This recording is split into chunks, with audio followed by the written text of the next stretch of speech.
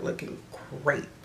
What's up, y'all? It's me, your favorite baddie, and welcome back to my channel. If you're new to the channel, make sure you go ahead and hit the subscribe button and turn on your post notification bells to become a bad bitch and be notified every time I upload. I'm so sorry, baddies.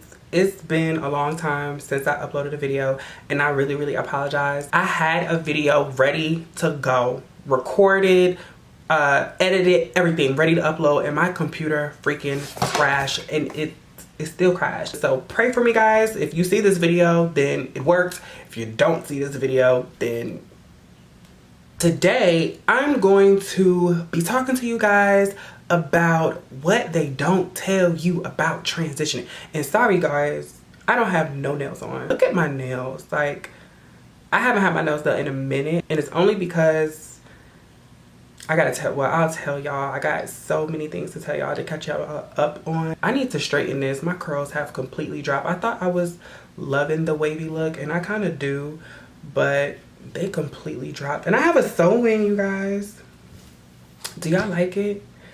I don't know. It's like someone's just making a comeback, and I think this might be my new like little thing. Anyway, back to scheduled programming. Let's get back on topic. One of the main things that I really want to get into for all my trans girls to really expect is that you are going to have issues with finding love. Now, if anybody is like me, y'all know I need to be loved. I'm not one of them girls that's out here that could have multiple dudes to be talking to, and you know, 10 dudes on the side over here and outside city girl life. I'm a one dude lover. I can't do it. You need to talk to me every day, and if you ain't talking to me every day, then it's cut. I don't have 10 dudes to keep me entertained, and I'm a hopeless romantic. So, but that's just me. That's just me. That's how I operate. I don't know, some of my girls out there might be in it, but I'm a lover girl. I've actually experienced talking to somebody because you're going to be fetishized. A lot of people are going to want to talk to you,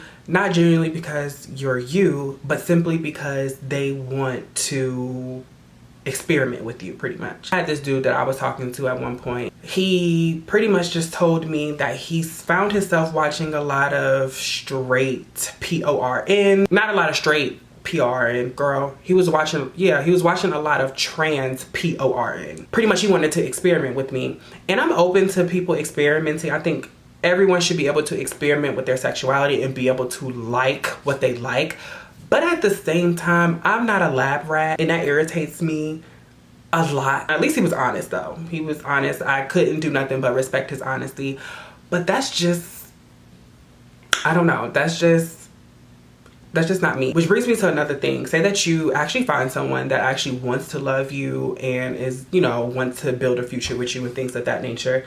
What if you decide to meet his family? Because again, me, I'm very family oriented. Whoever I'm going to marry, I need a blended family. I want to be able to go over your mom's house, and I feel like a home. Like, this is my second mom, and vice versa. What if you go to his family's house and like he has to go through the whole spiel of explaining like, hey, you're freaking trans at the end of the day. What if his parents doesn't accept it, and it messes up the dynamics between, you know, you and his family, or even him and his family? So that's just some things that I honestly think about. And then it's also of, okay, what if he wants kids or whatever the case may be, and I'm of course unable to necessarily, like, I can't get pregnant.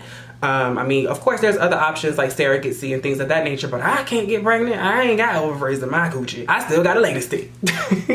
What if that's something that he wants and I can't provide that to him? Or what if he already has kids, and then it goes through the whole thing of meeting his kids and explaining that to them? I mean, some people are honestly open to it. You have a lot of families that are very open-minded and supportive of, like, you know, different things, but you might run into situations where that might happen. So that's a big fear of mine, and when it comes to dating, and something that I have to consider that I didn't have to consider before when I was just a gay boy. I just had to worry about a guy being not DL and open, and then, you know, meeting parents and everything. That was okay, but now it's like a whole nother thing, where trans women are even like 10 times like betted against. Like, it's like being gay is one thing, but like to society it's like being gay is one thing, but being trans is like a whole nother thing. And then girl, it's a lot. Something to consider.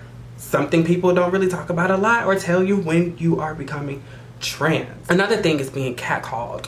I don't know about you guys, but a bad bitch like me, I get catcalled. That's scary for me. Say for instance, I'm especially at them gas stations. I don't know what it is about gas stations, but especially at gas stations, if it's a group of dudes, I like standing out front, or I see a group of dudes like in the gas station, I get anxiety. Like as soon as I pull up to the gas station, I see Hellcat Chargers and shit, bitch, I'm immediately just, my blood pressure is high. The reason why I hate it is because either one or two things gonna happen. Somebody out of the group is gonna try and talk to you, or somebody is going to be staring at you. Sometimes I don't like to be stared at too long because I feel like you're clocking me.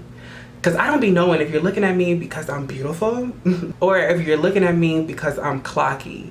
And a lot of people tell me that I'm not really that clocky or clocky at all, to be completely honest. I don't know, sometimes you might be off that day or something might be off, and you know, whatever case might be, and at the end, that then becomes very dangerous. Yeah, I don't know. I deal with that a lot. It's nerve-wracking. That's something to always consider, which leads me to another thing.